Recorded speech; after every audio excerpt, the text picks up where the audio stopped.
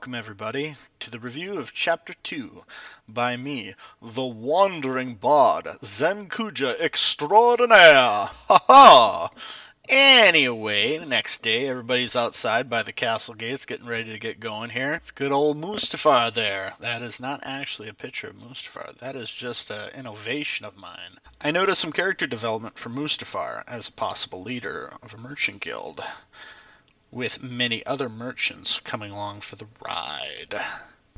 This next part is interesting. I kind of got lost here. I think you were trying to describe the departure, the crew's departure, as uncoiling like a bright-colored snake into the flat, dry terrain under a cloudless cerulean sky.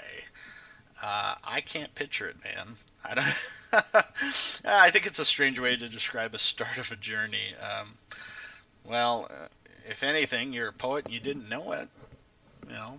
Personally, I think the Deva had the right idea, for starting the journey with a blessing of scripture as a sign of a good omen. I think that was probably more appropriate, I think, because I just could not picture the other thing. So, moving on to a possible romance between Lin and Shadow. Unfortunately, the revered mother, I think her name is Shara. I think she's also the Deva. I guess she didn't approve of the whole thing. Party pooper, right? Another really good point that I noticed was when you were tying the hero's actions into who they are. I think that will help so I don't get lost later on with who's who. Like, for example, you called Fritz a Fey-touched cleric. Now I can picture who Fritz is, but I still have no idea who Bob is. Who the hell is he? I'm thinking he's the Catman from Walmart. Story development. So far, there was a lot of third-person story character development. The pacing was nice. It had some nice vibes to it, but I kind of feel like I was getting a little lost with what was going on. Too many people to keep track of. I think another good suggestion would be to have more affirmation, like have Bob keep asking where we are going, not to lose the reader. I think that would be kind of a nice little addition. Yeah, I still think we haven't established a really good connection with the characters yet. You know, just spent most of the time glossing through the areas without really a lot of meaning or purpose. We went from ferry to road to cave and dwarves, it's pretty much Candyland at this time. Anyway, to wrap this all up, finally had some action. I think I was starting to fall asleep at the time. They finally saw this mysterious figure by a cave. But it was a business partner of Mustafar, so I was like, boo, I wanted to see some action happen, so I was a little disappointed. Found out that the guy's name was Verizon. Oh shit, no, I meant Varenzen. God, it sounded like some kind of a cell phone thing.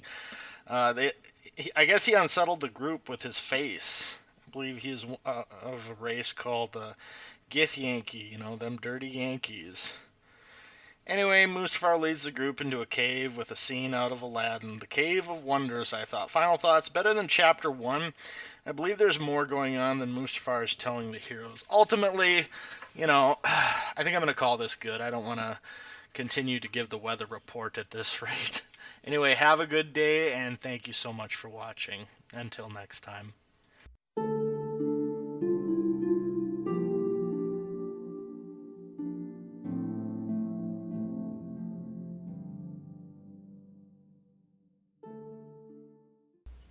Ha ha!